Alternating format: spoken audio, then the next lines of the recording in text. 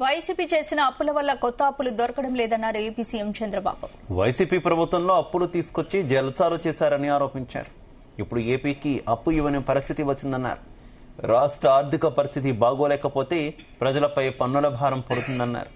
అభివృద్ధి పనులకు నిధులు కేటాయించలేని పరిస్థితి ఎదురవుతుందన్నారు. వర్క్స్ కి బెనిఫిట్ ఇచ్చే మళ్ళా ఎకనామిక్ యాక్ట్ రివైజ్ చేశాం. పంచాయతీ రాజులో దగ్గర 1443 కోట్లు రిలీజ్ చేశాం. ఫైనాన్స్ కమిషన్ డబ్బులు తీసుకొచ్చాం. 2022 నుంచి 23 ఆర్థిక సంవత్సరానికి సంబంధించి నీతి ఆయోగ్ ఇచ్చిన report state physical health index 2025 నివేదిక పైన సీఎం ప్రెజెంటేషన్ ఇచ్చారు.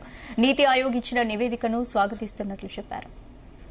ఒకసారి ఇచ్చే పెన్షన్ని లేకపోతే జీతాలని రెగ్యులరైజ్ చేశాం.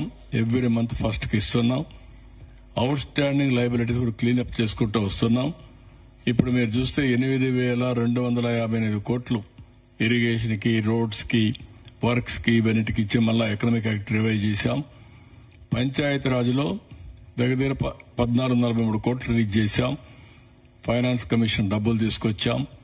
సెంట్రలీ స్పాన్సర్డ్ స్కీమ్స్ 9,015 కోట్ల రూపాయలు ఇచ్చేసి దగ్గర 73 స్కీమ్స్ ని రివైవ్ చేశాం.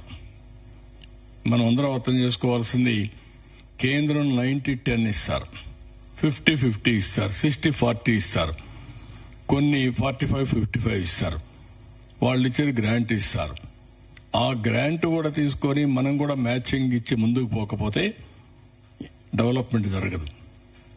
క్యాపిటల్ ఎక్స్పెండిచర్ వాళ్ళ డబ్బులు మన డబ్బులు కలిసి ఖర్చు పెట్టడం, వెల్ఫేర్ లో వాళ్ళు ఇచ్చేది కూడా తీసుకొని మనం కూడా తీసుకెళ్లడం, ఈ రెండు బ్యాలెన్స్ చేయాలి, మ్యాచింగ్ చేయాలి. అప్పుడే అవుతుంది. అన్ని కూడా ఇది చేస్తే మొత్తం స్ట్రీమ్ లైన్ చేస్తున్నాం. ఇప్పుడు మీరు చూస్తే 22,252 కోట్లు ఇప్పటికే లయబిలిటీస్ అన్ని క్లియర్ చేశాం. ఇవన్నీ క్లియర్ చేసిన తర్వాత ఇంకా చాలా ఉన్నాయి. అంటే వీళ్ళు చేసిన అప్పులు వల్ల ఎఫ్ఆర్బిఎం పర్మిట్ చేయదు, అప్పులు తేలేం. అదే మరి ఫైనాన్స్ కమిషన్ డబ్బులు కూడా నెక్స్ట్ ఇయర్కి వచ్చే డబ్బులు కూడా డ్రా చేసుకుని వెళ్ళిపోయారు. ఇంత మునుపు 6 నెలలకు ఒకసారి, 3 నెలలకు ఒకసారి ఇచ్చే పెన్షన్ని లేకపోతే జీతాలని రెగ్యులరైజ్ చేశాం. Every month first